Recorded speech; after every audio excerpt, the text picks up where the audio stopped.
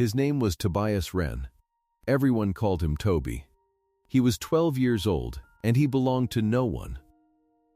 In the whole of Pell's Crossing, on the frozen bottomland of the Loam River, Toby was the only living soul who would cross that iced-over road and knock on the hermit's door. He hauled water for the old man from a pump that had rusted half shut. He did it with newspapers stuffed inside his own split shoes, because the leather had cracked clean through at the toes, and nobody at the poor farm would spare him another pair. His feet bled some nights. He never said a word about it.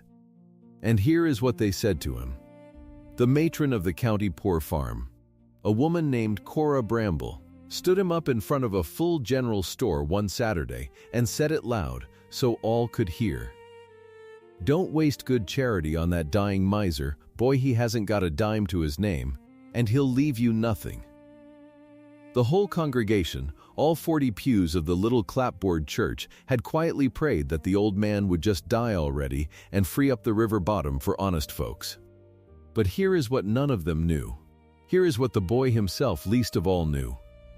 Folded inside a battered tin box, tucked under the sagging ropes of the recluse's bed, there was a deed. A clean deed. And a will, already signed, already sealed, already witnessed. If you believe kindness never goes unnoticed, this story is for you.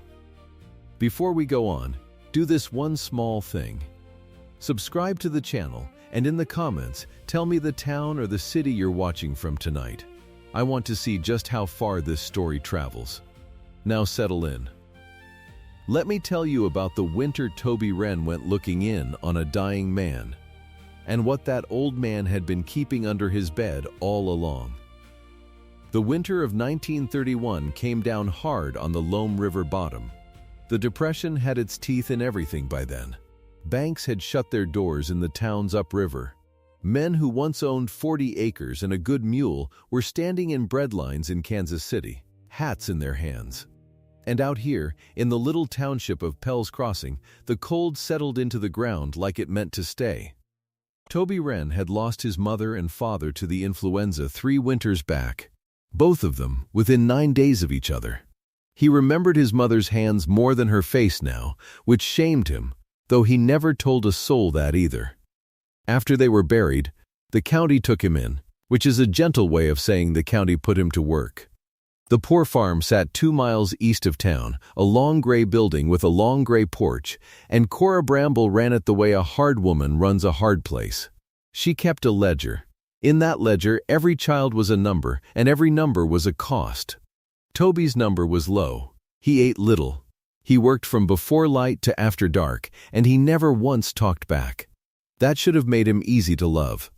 It only made him easy to overlook. He was hauling ash and clinker out to the pit one gray morning when Cora Bramble called him over and handed him a covered pail. "Take this down to the Hensley place," she said, "and don't dawdle." It was a poor farm errand, nothing more. A basket of thin things the county was obliged to send around to the old and the ailing. So the county could say it had done its Christian duty. Nobody wanted to carry that basket down to the river bottom. Nobody would go near Silas Hensley's door. So the smallest one went. Toby went. The Hensley cabin sat right down where the land got low and the fog rose off the water. It was a sagging thing, gray as bone, its chimney leaning. The yard was choked with dead weeds poking up through the snow. There was a woodpile, but it was low, and the wood was green. Smoke came thin and mean out of the crooked chimney. You could tell from 50 yards that whoever lived there was losing the fight to keep warm. They called him the miser. They called him the hermit. For 40 years, Silas Hensley had not sat in a church pew, had not stood in the general store to jaw about the weather, had not come to a single funeral or wedding or barn raising. 40 years he had kept his door shut against the whole of Pell's Crossing. And Pell's Crossing had returned the favor. Mothers pointed him out to their children as a warning. Old-timers said he'd cheated a man once, or killed a dog, or buried money in the yard and gone crazy guarding it. None of them knew a true thing about him. They only knew he was a closed door, and people will always invent a monster to fill a door they can't see behind. Toby knocked. There was no answer. He knocked again. "Go away." The voice through the door was like a rusted hinge. "I don't want your county slop. Take it back and eat it yourselves." Toby stood there in his newspaper shoes with the pail going cold in his hand. Most children would have set the pail down and run and told Cora Bramble the old man was rude and been glad to never come again. But Toby had learned something in 3 years of being nobody's child. He'd learned what it was to have a door shut in your face. He knew that voice. It wasn't meanness in it. It was fear. It was a man who had been alone so long he'd forgotten there was any other way to keep people out except to snarl. So Toby didn't leave. He set the pail down on the step where the old man would find it. And then, because the woodpile was low and the day was bitter, he walked over to it, picked up the axe leaning against the stump, and started splitting what green wood there was. The door cracked open. One eye, pale and sharp, looked out. "What in the devil are you doing?" "Your wood's green," Toby said, not stopping. "It'll smoke more than it burns. But it's what you've got, so I'll split it small. Small wood catches easier. I didn't ask you to." "No, sir, you didn't." And he kept on splitting. The door slammed, but it didn't lock. Toby heard that. There was no scrape of a bolt.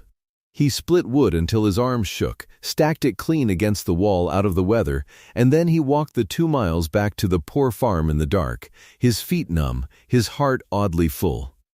He didn't understand the feeling. He only knew he wanted to come back. That was how it started. He came back the next day, and the day after that. Cora Bramble didn't send him now. He went on his own after his chores were done and his gruel was ate in what little of the day was left to him. He'd cross the fields with a lantern when the sun dropped early. Because it dropped early in that country in winter, down behind the black trees by 4 o'clock. The lantern was an old tin thing he'd found in the poor farm shed and cleaned up. He carried it low against the wind. From a distance, out on that white bottomland, you'd have seen just the one small light moving across all that snow. A boy going to look in on a dying man. Because nobody else would. Silas Hensley did everything he could to drive him off. That's the truth of it. He wasn't kind about being cared for. He was 78 years old, and 40 of those years he'd spent teaching himself to need no one, and here was this scrawny, quiet boy undoing the work of a lifetime, one split log at a time. It made him furious. He cursed at Toby through the door. He called him a beggar and a spy and a fool. Once he threw a tin cup at him, and it caught Toby above the eye and raised a welt. Toby just picked up the cup, set it on the step, and thawed the pump. The pump was the thing that got the old man. Silas had let his own pump freeze solid because he was too weak and too proud to keep it working. And he'd been melting snow in a pot for his drinking water, which is a slow, cold, miserable way to live. Toby brought hot water from a kettle and worked it down into the pump housing, patient as you please, packing rags around the pipe, until one afternoon the handle gave and a cough of rusty water came up and then ran clean. Toby filled the old man's bucket to the brim and carried it inside without being asked. That was the first time he got a good look at where Silas Hensley lived. It was one room, mostly a bed with rope springs sagging near to the floor, a cold stove, a table with one chair, a shelf of books which surprised the boy because, miser or not, folks in Pell's Crossing did not think of Silas Hensley as a reading man. But there were books, worn soft at the spines, and there was a stub of pencil and a few sheets of paper on the table. And there was the old man himself, sitting up in the bed under a heap of quilts, watching the boy with those pale, sharp eyes, and not saying thank you, because he didn't know how anymore. "You can put it there," Silas said gruffly, meaning the bucket. Toby put it there. He didn't leave straight off. He built up the fire, small wood first the way he'd said, and got a real flame going for the first time in that stove in who knows how long. The warmth came up, The old man's shoulders came down from around his ears, just a little. "Why do you come out here?" Silas asked him. It wasn't kind. It was suspicious. "You after something?" "There's nothing here. You hear me, boy? Whatever they told you, whatever they think I've got hid, it's a lie. This land's worthless. Gumbo bottom. Floods every spring, drowns whatever you plant. Nobody'd give a nickel for it. So if that's your game, you can quit." Now, Toby didn't know one dirt from another. He was 12, and he'd never farmed a day. He took the old man at his word and thought no more of it. Worthless land. A poor old man. That was all. But you and I know something about river bottom land, don't we? We know that the richest soil in any county in Missouri is the bottomland, the black dirt the river lays down fresh every time it floods. We know that 100 acres of loam river bottom, drained and worked, would grow corn taller than a man's head and put money in the bank in any year the market was fit. We know that nobody'd give a nickel for it was the exact opposite of the truth. So you file that away, the way you'd file away a card face down on the table. The old man in the sagging cabin, the man the whole town called a pauper, was sitting on top of the best ground in the county and telling a boy it was worth nothing at all. And there was one more thing Toby saw that day and thought nothing of. Under the bed, pushed back against the wall where the rope springs sagged lowest, there was a tin box. An ordinary thing, dented, with a little clasp. When the old man saw the boy's eyes drift toward it, his whole body went stiff, and his voice came out sharp as a slap. "Leave that be." "I wasn't," Toby started. "I said leave it." And there was such a hardness in it, such a fear under the hardness, that Toby understood the box was not to be looked at, or touched, or asked about ever again. So he didn't. He nodded, and he stoked the fire one more time, and he went home across the snow with his lantern. The box stayed under the bed. And you already know more about what was in it than the boy ever did that winter. Word got around, the way word does in a small place. Somebody saw the boy's lantern crossing the bottom of an evening. Somebody said the Wren boy had taken to nursing the miser, and Cora Bramble heard of it, and Cora Bramble did not like it one bit. It wasn't that she cared what became of Silas Hensley. She'd have been glad to see the back of him. It was that Toby's evenings belonged to the poor farm, in her accounting, and here he was spending them for free on a man who couldn't pay the county a cent. So she started docking him. First it was the little punishments, extra chores, the worst of them, mucking the hog pen in the dark. Then it got to his food. She cut his rations. A boy who ate little to begin with now ate less, a smaller dipper of gruel in the morning, no supper some nights. Since you've got so much energy to go tramping across the county after dark, you plainly don't need feeding like the others. Toby took it. He got thinner.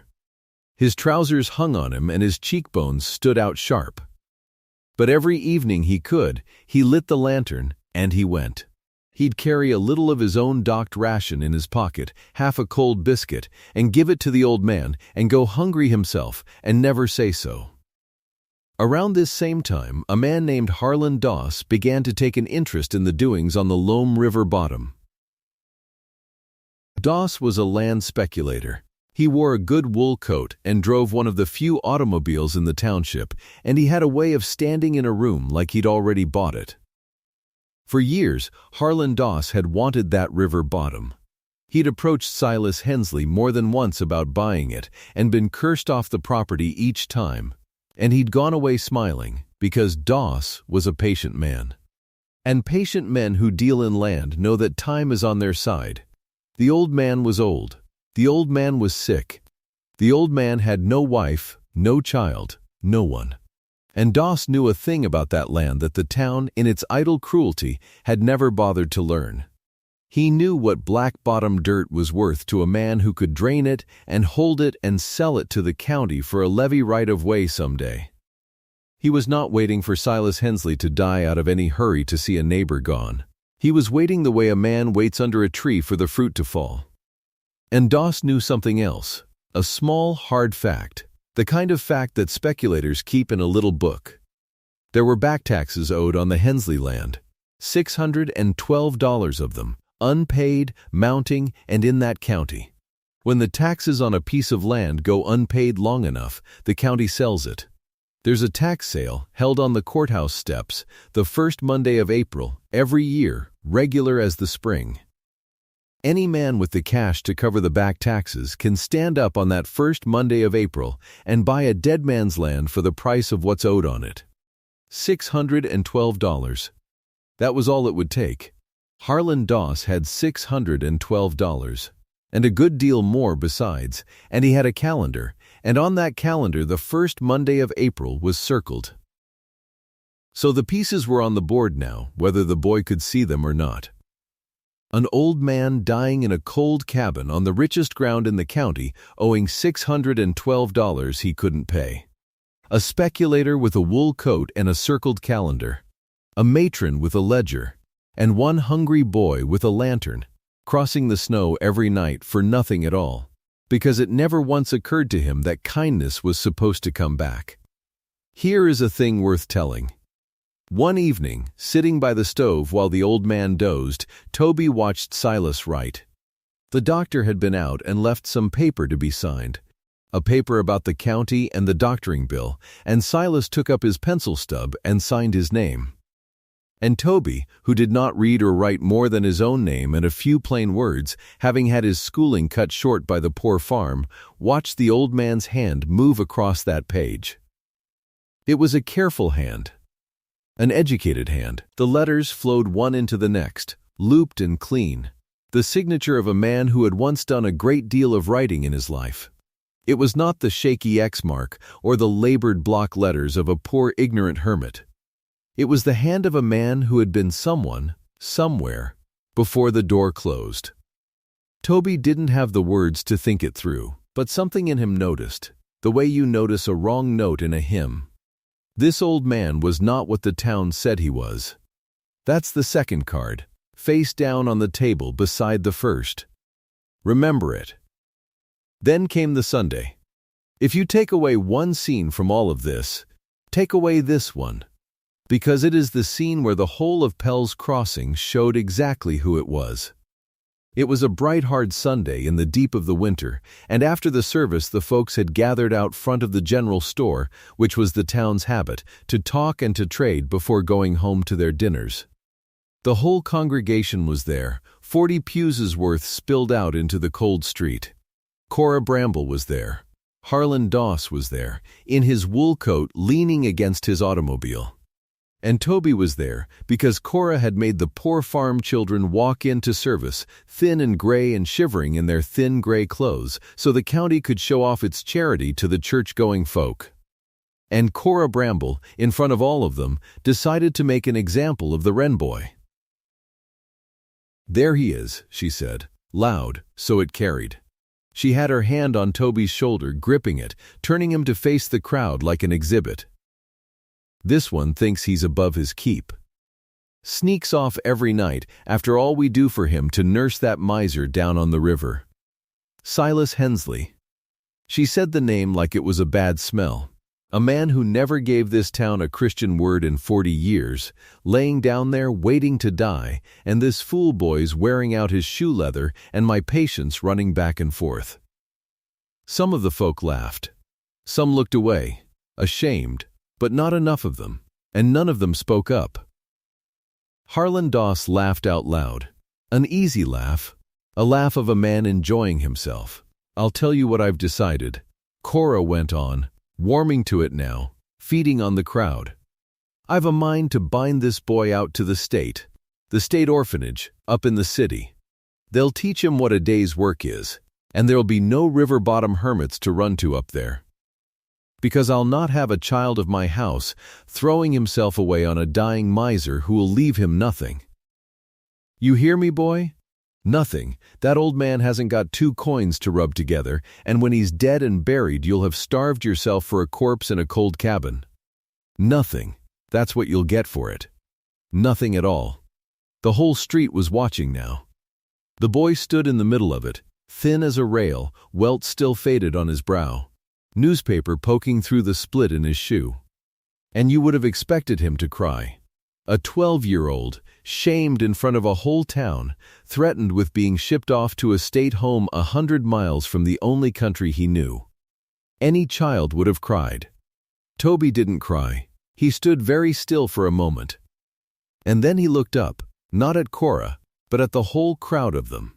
The church-going folk in their Sunday coats who had prayed for an old man to die so they could have his dirt, and he said, in a voice that didn't shake, "I go because somebody ought to." That was all. Somebody ought to. Then he looked down at his shoes and waited to be told what to do. Because he was a boy, and he had no power in the world, and he knew it. But he'd said the truest thing anybody said in Pell's Crossing that whole winter, and he'd said it to their faces, and not a one of them had an answer for it. Harlan Doss stopped laughing. Somebody in the back of the crowd cleared his throat and found something to look at down the street. Cora Bramble's hand tightened on the boy's shoulder, angry now. Because a child had shamed her without raising his voice, and she marched him off toward the poor farm wagon. But the words hung in the cold air after they'd gone. Somebody ought to. Hold on to those. They'll be answered before we're through, though not by anyone who heard them that day.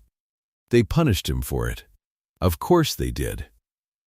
Cora docked him harder and set him to the meanest work, and forbade him the river bottom altogether. But you cannot forbid a boy his one reason for going on. Toby waited until the house was asleep, and then he slipped out with his lantern and crossed the frozen fields in the dark, miles of it, and looked in on the old man and slipped back before the dawn bell. He did it on no sleep and less food. He did it because somebody ought to. And slowly, one cold degree at a time, Silas Hensley began to thaw. It didn't come all at once. The old man had 40 years of ice in him. But a night came when Toby was sitting by the stove, and the wind was howling around the cabin, and Silas, half asleep, began to talk. Not to the boy exactly. More like a man talking to the fire. He talked about a wife. Her name had been Ada. And a boy, a son, near about Toby's age when it happened. Fever, Silas said. The same kind of fever that took your folks, boy, only it was 40 years ago, and it took mine in one hard week and left me standing in a house with 2 empty beds. Toby didn't say anything. He'd learned that much. He just kept the fire going and let the old man talk. And the town, Silas said, and here his voice got hard as the winter ground. The town had come around after, the way towns do with their casseroles and their scripture and their pity. And Silas Hensley, mad with grief, had turned every one of them away, shut the door in their faces, and they had shut their hearts right back, and called him proud, and called him crazy. And after a while they'd stopped coming at all, and then it was easier for everyone to just believe he was the miser, the hermit, the monster behind the closed door. 40 years of it. A grief that walled up a man so complete that he had nearly gone down into the ground unknown, unmourned, and unnamed by every soul who lived within 5 miles of him. That is loop 1, if you're keeping track. What the town did to Silas Hensley, and what he did to himself. It's opened now. It'll close before the end, and when it does, you'll understand why an old man kept a tin box under his bed for 40 years. There was more. There was a thing Toby learned by accident, not from Silas, who would never have told it, but from a stray remark and a name. Years back, in a bad year, there had been a widow in the township, a woman with children and no husband, and a debt at the bank she couldn't pay, about to be put off her place. And the debt had been quietly cleared, paid off, all of it, by someone who left no name. The bank never said who. The widow never knew. The town had chalked it up to Providence and moved on. But Toby, sitting by that stove, put a small thing next to another small thing, the way children do, and understood without being told it had been Silas. The miser. The man who'd left the town nothing had once, in secret, given a drowning woman back her whole life and never let her know his name, and never once been thanked for it. The debt the town owed him was growing. Do you feel it? Not the $612. The other debt, the one that doesn't get written in any ledger. It had been growing for 40 years, and there was no one alive who knew the whole size of it except the old man himself, and he would never say. The nights got colder and the old man got weaker, and there came an evening when Silas Hensley did a thing he had not done in 40 years. He trusted somebody. He waited until the fire was good and the boy was sitting close, and then he reached down under the sagging bed and drew out the tin box. The box Toby had been forbidden to look at. The old man held it in his lap a long moment, his thumbs working the clasp, and Toby had the sense to stay very still and very quiet, because he knew he was seeing something that had cost the old man a great deal. Silas opened it. Inside there were papers. Folded papers, yellowed, official-looking, tied round with a bit of string. There was a document with a seal on it. There was another, longer, folded in thirds. The old man's hands shook as he touched them. "You see these," Silas said. "You remember I showed you these." Toby looked. He saw papers. That's all he saw, God help him. He was 12 and he could barely read, and to him a deed and a will and a tax notice all looked like the same thing, grown-up papers, the kind that other people used to take things away from you. He didn't know a deed from a hymnal. He nodded, because the old man wanted him to nod. But nothing in him understood that he was looking at 300 acres of the best ground in the county, and a will already written in that careful, educated hand, and that his own name was on it. "Good," Silas said, and he seemed almost disappointed, and almost relieved, both at once. Because here at last was one human being who wanted nothing from him. A boy who could look straight into the tin box that half the county would have killed for, and see only papers, and go right on splitting his wood and thawing his pump, and giving him half a cold biscuit out of his own hungry mouth. That was the thing Silas Hensley had waited 40 years to find. Someone who came for him, and not for what he had. That's loop 2, opened now, and it's the deep one. What's in the box? You know part of it. You'll know all of it before we're done. The old man closed the box and slid it back under the bed. And a few days after that, when the doctor came out on his rounds, Silas Hensley did another quiet thing. He gave the doctor a letter. Sealed, folded, addressed in that careful hand. "See, this gets to town," he said. "To Ellery Vance, the lawyer. You put it in his hand yourself, you understand me. His hand, and no one else's." The doctor, who was a decent man and asked no questions, put the letter in his coat and carried it away. Toby saw it go. He thought nothing of it. Another grown-up paper, going off to another grown-up. But you should keep your eye on it. A sealed letter, from a dying man to the one honest lawyer in the county. It matters. Everything the old man did that winter matters. Though the boy could see none of it, and Doss with his circled calendar could see none of it, and Cora with her ledger could see none of it.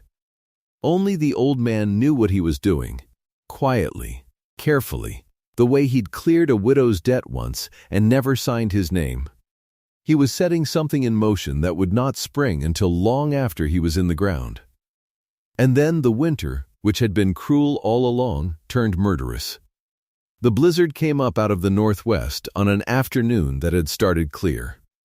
You could see it coming across the bottom, a gray wall eating the sky, and by dark the wind was screaming and the snow was going sideways so thick a man couldn't see his own hand held out in front of him. It was the kind of storm that killed people in that country. Killed travelers on the road, killed stock in the field, killed old folks in cold houses. And Toby, lying in his cot at the poor farm listening to the wind tear at the roof, knew in his gut, the way you know a thing you can't explain, that the old man down on the river bottom was in trouble. He was under curfew. He was forbidden the bottom. If Cora Bramble caught him gone in a storm like this, there'd be no gruel and no mercy for a month. And maybe the stayed home after all. And going out into that whiteout was not just against the rules. It was against sense. It was against staying alive. A grown man would have thought twice, 3 times, and stayed by his own fire. Toby got up in the dark, and he put on every thin thing he owned, and he stuffed fresh newspaper in his broken shoes, and he took his lantern down off its nail, and he went out into the storm. I want you to see him. A boy, 12 years old, half-starved, crossing miles of open bottomland in a blizzard that was killing grown men that same night, with nothing but a tin lantern held low against a wind that kept trying to blow it out. He couldn't see the road. He went by the fence lines, feeling along the wire when he lost the way, his hands past feeling anything. The cold got into him deep. More than once he went down in a drift and had to fight his way up. The lantern flame guttered, and he cupped it with his frozen hand and kept it alive, that one small light in all that howling dark, and he kept moving toward the river, toward the cabin, toward the old man. Because somebody ought to, and there was nobody else. There was never anybody else. There was only ever Toby. He got to the cabin. And Silas Hensley was bad. The fire had gone near out, and the old man was burning with a fever and shaking with the cold both at once, out of his head, calling a name that wasn't Toby's, calling for Ada, for his boy, for the dead. And Toby saw at once that this was past what he could fix with firewood and hot water. This needed the doctor. And the doctor was in town, 4 miles the other way, on the far side of that killing storm. So the boy who had already crossed miles of blizzard turned around and went back out into it. He walked to town in the teeth of that storm. I cannot tell you how, except that he did it, and it should not have been possible, and there are things a person does out of love that shouldn't be possible and get done anyway. He hammered on the doctor's door in the middle of the night, iced over head to foot, barely able to speak, and got the man up, and got him hitched, and got him pointed at the river bottom. And then Toby went back with him, all the way back, because he would not leave the old man alone 1 minute longer than he had to. They got there. The doctor did what a doctor could. And through the whole of that worst night, the longest and coldest and darkest night of that whole hard winter, Toby Wren did not sleep, and did not rest, and did not once think of himself. He kept the fire roaring now, the good small wood he'd split weeks ago catching quick and hot. He held water to the old man's cracked lips. He piled every quilt in the place on that sagging bed, and then lay across the foot of it himself to add his own thin warmth. He held Silas Hensley's shaking hand in both of his own, and he talked to him low and steady, the way you'd gentle a frightened animal, telling him it was all right, telling him he wasn't alone, telling him somebody was here, all the way till the gray light finally came up over the frozen river, and the fever broke, and the old man slept. At last, easy, Toby had done it. He'd walked through death twice in one night and pulled an old man back from the edge with nothing but his own 2 hands and a lantern that wouldn't go out. He did not do it to be paid. That's the thing you have to understand, the thing the whole town would never understand, the thing that was folded up in a sealed tin box under that very bed while the boy lay across the foot of it too tired to move. He did not do it for the land, which he didn't know about. He did not do it for the will, which had his name on it, which he could not read. He did not do it for a single thing in this world. He did it because somebody ought to. And under the bed, not 3 feet from where that exhausted boy finally closed his eyes as the sun came up, the tin box waited in the dark. The clean deed. The signed will. 300 acres of the richest black bottomland in the county. And a dead man's last wish not yet dead. And a name written in a careful, educated hand. The boy slept. The old man breathed. The storm blew itself out. And a long way off, in a warm office in town, a lawyer named Ellery Vance was holding a sealed letter in his hands and reading what an old recluse wanted done, and beginning, very quietly, to make it so. Morning came clean and hard after the storm. The doctor left when the roads would take his horse, and he asked no questions, and he took no pay he wasn't offered. He only looked at Toby a long moment on the way out. A boy of 12, gray in the face, still on his feet. And he shook his head once, the way a man does when he's seen something he can't quite square, and he went. Silas mended slow. He didn't mend all the way. You get to be 78, and a fever like that takes something out of you it never puts back. But he could sit up. He could hold a cup. And through the last hard weeks of that winter, Toby came, the way he always came, across the frozen bottom with the tin lantern swinging. Something had changed in the old man, though. He'd stopped fighting it. One evening near the end of February, he watched the boy build up the fire, and he said quiet, "Sit down a minute, Toby," and the boy sat. "I sent a letter to town," Silas said, "with the doctor, to a lawyer named Ellery Vance." He worked his mouth like the words cost him. "Man's coming out here in a day or two. I want you gone when he comes. You hear me? You go split wood at the far end. This ain't your business." Toby didn't understand it, but he'd learned not to press the old man, so he only nodded. Ellery Vance came out on a Thursday. A careful, gray-suited man with an ink-stained satchel and a way of speaking low. Toby was down at the wood by the river, and he heard nothing, and he saw nothing but the horse tied at the rail and the smoke going up straight from the chimney. Inside that cabin, on the table with the pencil stub and the paper, a will was read back word for word to a dying man. It was already signed, already sealed, already witnessed. Vance had brought a second witness, a clerk who waited on the porch. And when it was done, the lawyer folded it away and shook the old man's hand and said, "It's ironclad. Silas, no court in Missouri can crack it. You've done right." Silas Hensley just looked at the fire. 40 years too late to do right, he said. "But I'll take what's left." That was the last time Vance saw him living. Now the other thing that comes when a man is near his grave is kin, or what calls itself kin. Roy Hensley hadn't set foot on the bottom in a decade. Roy Hensley couldn't have found the cabin blindfolded. But word travels in a small county, and the word was that old Silas was down and wouldn't rise, and here came Roy up the frozen lane in a borrowed coat with his hat in his hand.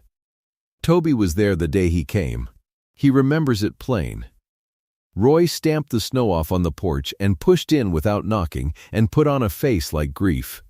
"Uncle Silas," he said, all warm. "Lord, look at you. I come the second I heard. Family's got to look after family, don't it?" And Silas Hensley, propped up gray in that bed, looked at his nephew a long, cold while. Then he said, "You smell it, don't you, Roy? Same as a dog smells it." "Now, Uncle, get out of my house." Roy's face flickered. Just for a second, the grief slid off it, and something else looked out. Then he put the grief back on. "You're sick," he said. "You don't know what you're saying. I'll be in town. I'll be close." And he looked around that cabin, slow. At the shelf of worn books. At the sagging bed, at the boy in the corner. His eyes went to the boy and narrowed. Then he tipped his hat and went. When the door shut, Silas let his head fall back. "Watch that one," he told Toby. "He's got no more heart than a bank." He was quiet a while. Then, softer. "You don't have to watch anything, boy. You don't figure into what he's after." And he wouldn't say another word on it. March came in. The old man went down again, and this time there was no fever to break. No crisis the doctor could set his hand against. There was only the slow letting go. He slept most of the day. When he woke, he wanted the boy near, and the boy was near. On the last night, Toby lit the lantern and set it on the table so its low glow filled the little room. And he sat on the edge of the rope spring bed and held the old man's hand, and it was cold in his, cold as the river. Silas opened his eyes. They were clear. "Toby," he said. "I'm here. You never once asked me for a thing." His voice was hardly there at all. A thread. All this winter. Every day up that road in the cold. "You never asked me for so much as a penny." His fingers moved in the boy's hand, the smallest pressure. "Everybody I ever knew came at me with a handout. You come with wood on your shoulder." He breathed. "That's the whole of it, son. That's the whole of everything." "You rest now," Toby said. "I'll be right here. I know you will." The old man's eyes drifted to the lantern light on the ceiling. "You keep that lantern lit. he said. "You hear? Whatever comes. Keep it lit." And a while after that, his breathing changed. And a while after that, it stopped. Toby didn't move for a long time. He held the cold hand in the lantern light, and he cried, quiet. The way he'd learned to cry at the poor farm where crying loud got you noticed.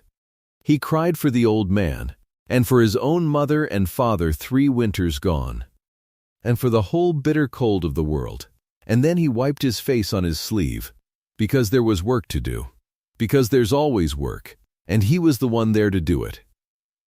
He walked the 4 miles to town in the dark to tell them the old miser was dead. He didn't know he was carrying anything down that road but the news. He didn't know a thing about what waited in the tin box under the bed. He only knew a man he'd loved was gone, and somebody had to say so. Now here's where the town showed its true face. Silas Hensley wasn't cold a full day before it started moving. Word ran through Pell's crossing quick and low, from the store to the church steps to the back rooms where the county's business really got done. The hermit's dead, the river bottom's coming open, and every man who'd ever eyed those 300 acres sat up in his chair. Harlan Doss moved fastest of all. Doss had waited 10 years for this. He had the tax numbers by heart. $612 owed the county, back taxes running on that land, and a tax sale set for the first Monday of April, not 3 weeks off. No known heir. A dead recluse, and an empty cabin, and the richest black bottomland in the county about to go on the courthouse steps for the price of the debt. Doss went to see the clerk that same afternoon in his good wool coat. He as good as counted the money. Cora Bramble moved on her own front. One fewer thing to feed, she'd been saying all winter, and now she saw her chance. She went to the county about the boy. Orphan, she said, unmanageable, wandering the countryside at all hours, keeping company with a dead miser. Best he be bound out and sent on to the state orphanage where they could make something useful of him. She had the papers half drawn before the ground was even thawing enough to bury Silas in. And Roy came back the very day of the death, and this time he came as the grieving nephew and next of kin. He wept at the graveside where he'd never once visited living. He told anyone who'd listen how he and his poor dear uncle had been close as anything. How the old man had wanted him to have the place. How he meant only to see it settled proper.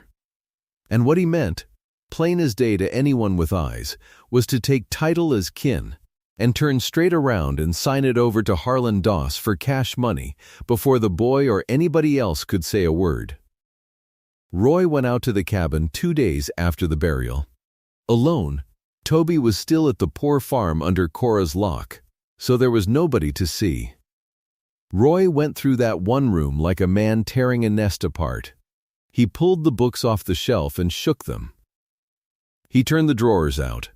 He hunted high and low for anything of worth, any paper, any deed, any hidden dollar, and at last he got down on his knees and dragged out from under that sagging rope spring bed a tin box with a clasp.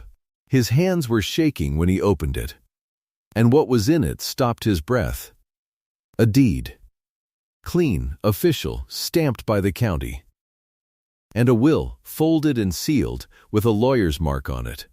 Roy couldn't have read the will through the seal, but he could read the deed plain enough, and he understood in one cold rush exactly what he was holding, and exactly what it meant, and exactly what it would ruin. For one long minute Roy Hensley knelt there in the ransacked cabin and thought about the fire. But Roy was a coward, and cowards think of their own necks first. He knew the lawyer, Vance, had been out here. Half the town knew it. If a will existed and the executor knew it existed, then a box turning up empty, a box turning up burned, would put the law on him quick. So he did the small, low thing instead. He took the deed. Just the deed. He shoved the sealed will back in the box and the box back under the bed, figuring a sealed paper he couldn't read might be nothing. Might be old, might be Ada's or some such, and figuring that without the deed in hand, no boy and no lawyer could prove title to a thing. He pocketed the deed and he rode to Doss that night, and the two of them shook hands in a warm office in town, and Roy told him it was done. The land was as good as theirs. All that was left was the first Monday of April. They were wrong. They'd only kept the copy that didn't matter. But they didn't know it yet. And for 3 weeks the whole town went on believing that the orphan boy would be shipped off and the speculator would take the bottom for $600 and the hermit's ground would finally be free. The first Monday of April came up gray and raw, with the last of the snow rotting in the ditches and the Loam River running high and brown behind the courthouse. Tax sale day. The whole county turned out, the way it does, half for business and half for the show. And the show they came for was the river bottom. They packed into the courthouse. Harlan Doss sat up front in his wool coat with his money in a leather folder, calm as Sunday. Roy Hensley sat beside him with the stolen deed folded in his breast pocket, sweating a little but sure. Cora Bramble was there in her black bonnet, and she'd brought the boy, brought him in his split shoes and his thin coat to sign the binding out papers the same morning, so she could be shut of him and gone home by noon. Toby stood against the back wall where she'd put him, hollow-eyed, grieving, not understanding one thing that was happening except that the old man was in the ground and now they were going to send him away too. The clerk called the county's business. Delinquent taxes. Parcels for sale. And he came, in his flat courthouse voice, to the Hensley bottom. 300 acres, $612 owed, to be sold to satisfy the county's lien. Harlan Doss started to rise. And a gray-suited man near the front stood up first, with an ink-stained satchel in his hand, and said, "Clear enough to reach the back wall, Your Honor. Before this parcel goes to sale, the court will want to hear this. I'm Ellery Vance. I am the named executor of the estate of Silas Hensley. Deceased, I hold his last will and testament, signed, witnessed, and sealed by his hand this past February, and I'd ask leave to read it into the record before 1 foot of that land changes hands." The room went dead quiet. The judge leaned forward. "You have such a document, Mr. Vance?" "I do, Your Honor. In my hand." Harlan Doss sat back down slow. And Roy Hensley's face had gone the color of tallow. "Then read it," the judge said. "Let's have it plain, so there's no mistaking it later." Ellery Vance broke the seal in front of them all. You could hear the paper tear in that silence. He unfolded it, and he settled his spectacles, and he read. He read the preamble first, the lawyer's words being of sound mind. And then he came to the property, and he read it out slow so the whole room got every word. "I, Silas Hensley, own free and clear, by deed recorded in this county, 300 acres of the Loam River bottomland, being the whole of the parcel known as the Hensley Bottom." The room drew one breath together. Free and clear. The miser, the pauper, the hermit they'd all pitied and coveted and prayed would die, he'd owned that ground outright the whole time. Owned the richest black earth in the county. There wasn't a soul in Pell's Crossing who'd have given him credit for $1, and he'd been sitting on a fortune in dirt behind that sagging door for 40 years, and never said a word. And let them think what they liked. Harlan Doss's jaw worked. He'd built 10 years on the notion that this land was coming loose. And here it was, tied down tight. But Vance wasn't done. He wet his lips and went on. "And all of it, the land, the cabin, every stick and stone I possess in this world, I leave to one person." He looked up, once, over his spectacles. His eyes went to the back wall, to the thin boy in the split shoes. And he read it. "To Tobias Wren, who asked me for nothing and gave me everything, I leave all that I own." Nobody moved. Nobody breathed. Somewhere a bench creaked. Toby stood against the wall and heard his own name come out of that paper and did not understand it. It was like a word in another language. He looked left and right to see who they meant. The judge saw the boy's face. And even the judge's voice gentled. "Son," he said. "Read that again, Mr. Vance, for the boy." And Ellery Vance turned and faced the back of the room and looked straight at Toby Wren, 12 years old, nobody's child, and read it again, slow, one word at a time. To Tobias Wren, who asked me for nothing and gave me everything, I leave all that I own." And Toby understood. It came into him slow and then all at once, and his knees went, and he put his hand on the wall to hold himself up. And the whole town turned in its seats to look at the orphan boy they'd all agreed was worth nothing, and saw an heir. Then it was time for the others to answer for what they were. And Silas, God rest him, had seen to that too.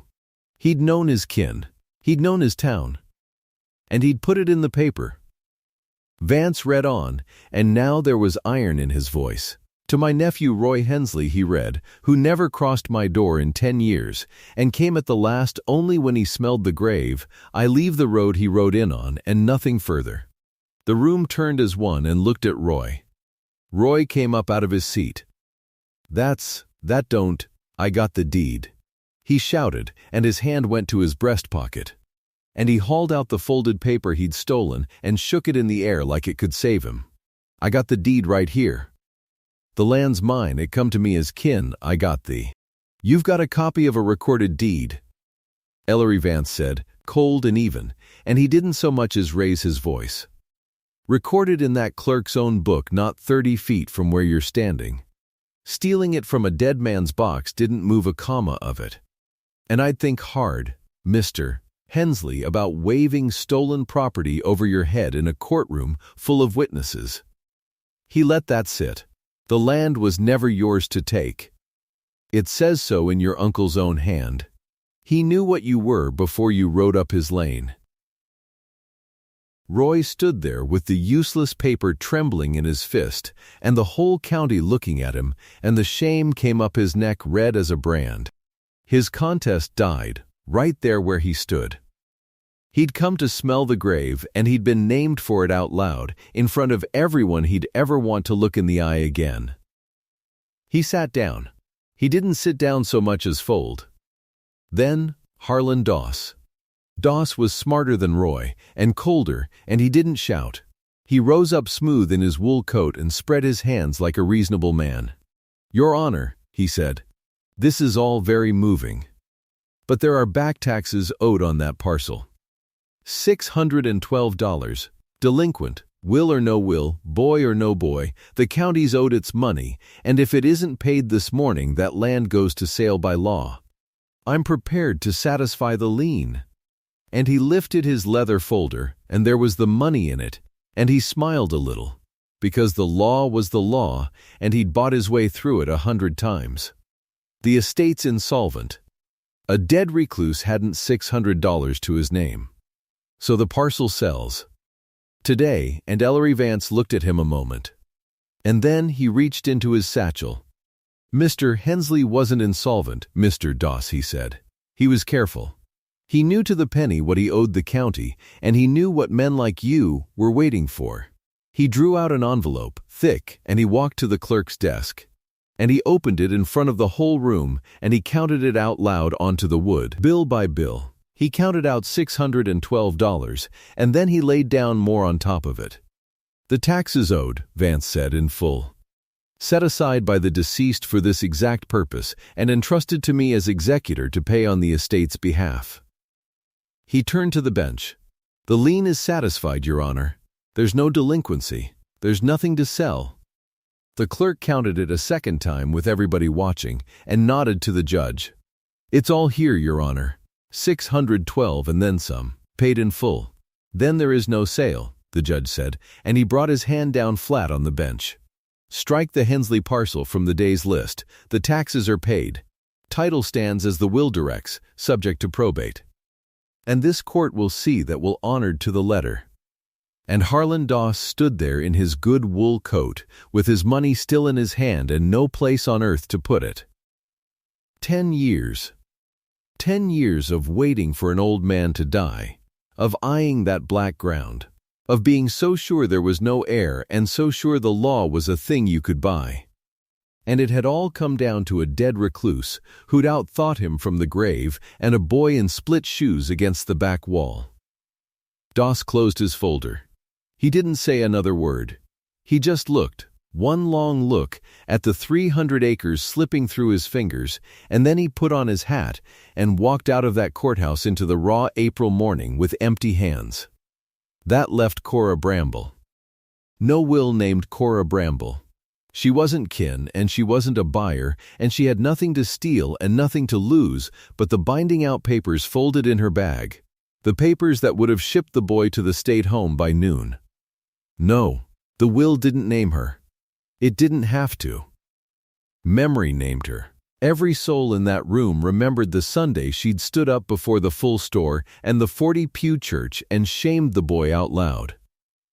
Don't waste good charity on that dying miser. He hasn't a dime. He'll leave you nothing. They remembered it word for word. And now, they all sat in the same room and watched the boy she'd called a burden, the boy she'd meant to be rid of, stand up an heir to 300 acres, and there was Cora Bramble in her black bonnet, with the papers gone useless in her lap, and she had to sit there. She had to sit there and hear it. That was her whole sentence. She had to stand while the boy was called an heir. And when it was done, nobody looked at her with anything but the plain cold knowing of what she'd said and what she'd been. And she gathered her bag and her ruined papers and went out quiet, and that was the last the county paid her much mind at all. The judge called Toby up to the front. The boy came down the aisle slow, through all those turned faces, hardly feeling his own feet, and stood in front of the bench. "Son," the judge said, "do you understand what's happened here this morning?" And Toby looked up at him, and his voice came out small but steady. "He left it to me," he said. "But I didn't do any of it for the land. I never even knew about the land." His chin came up. "I did it because somebody ought to. And it was so quiet in that courthouse you could hear the river running behind it. Because that, right there, was the whole thing. That was why the will read the way it read. The boy hadn't come for a nickel, and so the old man had left him the world. Spring came up green over the Loam River bottom that year like it does every year, no matter what the winter took. Silas Hensley's will had one more thing in it, and it was the kindest thing of all, and it closed the last of the account. The old man hadn't only left the boy the land. He'd known a boy of 12 couldn't hold 300 acres alone against a hard world, so he'd named a guardian in trust to raise Toby and work the ground until the boy came of age. And the name he'd set down was a name that stopped the town cold when Vance read it, because it answered a question the whole county had half forgotten. Years back, there'd been a widow in that township about to lose her little place to the bank over a debt she couldn't meet. And one day, the debt was simply paid. Cleared, gone, and no name on it. No word who'd done it. She'd thanked God for it, because there was no man to thank. Well, there'd been a man. He'd lost his own wife and son to fever long before, and he'd shut his door on the world. But every so often, quiet, from behind that door, he'd reached out and set something right and let the world think it was luck. And he'd never once been thanked, because he'd never once let on. It was that widow he named. Come now, at the end, to raise the boy the old man loved, and to keep the bottom land, and to close a circle 40 years in the drawing. So this is how it ended. By high summer the plow was in the Loam River bottom for the first time in a generation, and the black earth turned up rich and sweet the way everybody had always known it would, and the rows came up straight and green all the way down to the water. The widow ran the house, and there was food on the table, real food, and a warm bed, and a door that opened when you knocked. Toby grew that summer. Filled out. Got some color. Lost the hollow look. He learned his letters, too, sitting at that same table by the window with the pencil stub, until the day came he could read the will himself. Every word, his own name and the old man's kindness in that careful, educated hand. And he read it slow, alone, and then he folded it up and put it away and never needed to read it again. Because he had it by heart. Up on the rise above the river, where you could see the whole bottom greening below, was Silas Hensley's grave. And the marker on it wasn't bought from any stonecutter in town. Toby carved it himself, all one winter's worth of evenings, cut the letters slow and deep into good oak with his own hands. It didn't say miser. It didn't say hermit. It said the old man's name, and under it, the only words the boy thought were true: he was not alone at the end. As for the rest of them, Harlan Doss moved on to another county with his money and his empty hands, and if he ever found a piece of ground that came as cheap as he wanted, nobody in Pell's Crossing heard of it. Roy Hensley went on down the road he'd been left in the will, and it was the only thing his uncle ever gave him, and it was one thing too many. And the county poor farm 2 miles east of town ran on the way it always had, 1 child shorter now and colder for it. And every night, at dusk, in the window of that little cabin on the Loam River bottom, the cabin that was the boy's own home now, his and free and clear, a tin lantern was lit and set on the sill. The same lantern the boy had found in the poor farm shed and cleaned up and carried across the frozen bottom all that long winter to look in on an old man nobody else would. The same lantern he'd carried 4 miles through the blizzard to fetch the doctor. Lit now, and kept lit, every single evening, the way the old man had asked him to with his last clear breath. Keep that lantern lit, whatever comes. He kept it lit. Because here's the whole of it. The thing that old man learned too late and the boy learned young and the town never learned at all. You can't chase kindness back to you. It won't come if you go grabbing. The only kindness that ever comes home is the kind you give away for nothing, expecting nothing, the way a boy of 12 crosses a frozen river with a lantern and a bowl of broth because somebody ought to. That kind comes back. That kind always comes back. Sometimes it comes back as 300 acres of the richest ground in the county. But mostly it comes back as this: a warm window at dusk and a place that's yours, and a name carved deep in good oak up on the rise, and the plain quiet knowing that when it counted, you were the one who crossed the road. The lantern burns in the window, the river runs low and bright, and somewhere up on that green rise, an old man rests easy, not alone, never again alone. Thank you for staying to the end of this one. If it moved you, tell me the town or the city you're watching from. I want to see just how far this little story travels.